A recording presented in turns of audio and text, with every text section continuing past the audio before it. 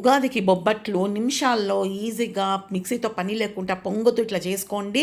తెలంగాణలో పోలేలు అంటారు, భక్షాలు అంటారు, బొబ్బట్లు అంటారు. మైదాలో చిటికెడంత ఉప్పేసి 1 టీ స్పూన్ అంత రవ్వ వేస్తే క్రిస్పీగా వస్తాయి. కొద్దిగా పచ్చి నూనె, కొద్దిగా పసుపు వేసాను, వద్దంటే స్కిప్ చేసుకోండి పసుపుని. నీళ్లు పోసి ఇట్లా మంచిగా మెత్తగా తడుపుకోండి.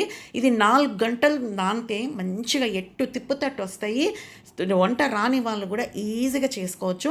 1 కప్పు శనగపప్పుని 4 కప్పుల నీళ్లు పోసి మెత్తగా ఇట్లా ఉడికించుకోండి. కుక్కర్లో విజిల్లు పెట్టి అప్పుడు రుబ్బే పని లేదు. నీళ్ళన్నీ ఇనికిపోయేదాకా మనం స్టవ్ మీద పెట్టి ఇట్లా కలుపుతుంటే అదే పేస్ట్ లాగా అయిపోయింది చూడండి. ఇంకా మిక్సీతో పని ఏముంది, మనం నాన్ స్టిక్ ప్యాన్ పెట్టుకోవాలి. వేరేది పెడితే అంత అంటుకపోతుంది, తొందరగా మాడే ఛాన్స్ ఉంటుంది. టీ స్పూన్ అంత నెయ్యి వేసి మెత్తగా చేసిన పప్పు, కప్పుంబావు బెల్లం వేసుకున్నాను. తక్కువ తినేవాళ్ళు కొద్దిగా తక్కువ వేసుకోవచ్చు బెల్లము.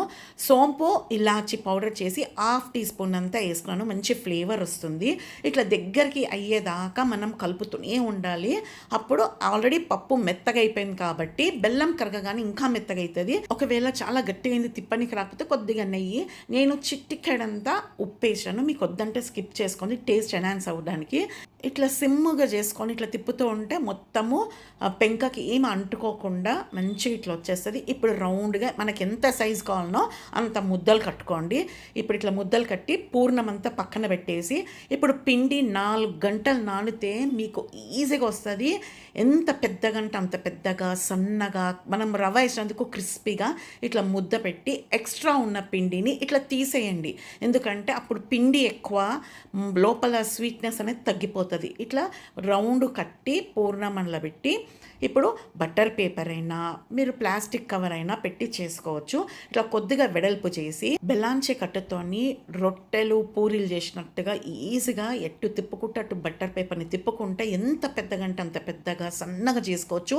ఇదంతా పిండి దాన్ని బట్టే వస్తుంది. ఒకవేళ పిండి మీరు నానబెట్టకపోతే అస్సలు ఇంత పెద్దగా రాదు, మధ్యలో క్రాక్స్ వచ్చి పూర్ణం అంతా బయటికి వస్తుంది. ఇట్లా మామూలు ప్లాస్టిక్ కవర్ మీద కూడా చేసుకోవచ్చు. పెంక మీద 1 స్పూను నెయ్యి వేసేసి చూడండి ఎంత ఈజీగా వస్తుందో. ఇదంతా పిండిని బట్టే ఉంటుంది. పూర్ణం గట్టిగా ఉండాలి చూపించిన విధంగా. పిండి ఏమో 4 గంటలు నానబెట్టి, ఇంకా ఎక్కువ నానినా ఇంకా మంచిగా వస్తుంది. 2 పక్కల ప్రెస్ చేసుకుంటా కాల్చండి నెయ్యి వేసి.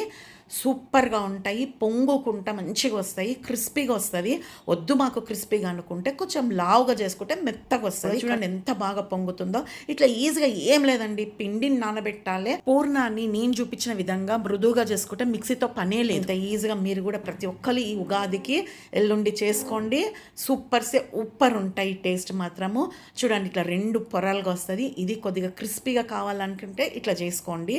రవ్వ వేసినందుకు సన్నగా వద్దనుకుంటే కొంచెం లావు మెత్తగా ఇట్లా చేసుకోండి. బెల్లాంచే కట్టుకొని ఫటాఫట్ చేసుకోవచ్చు.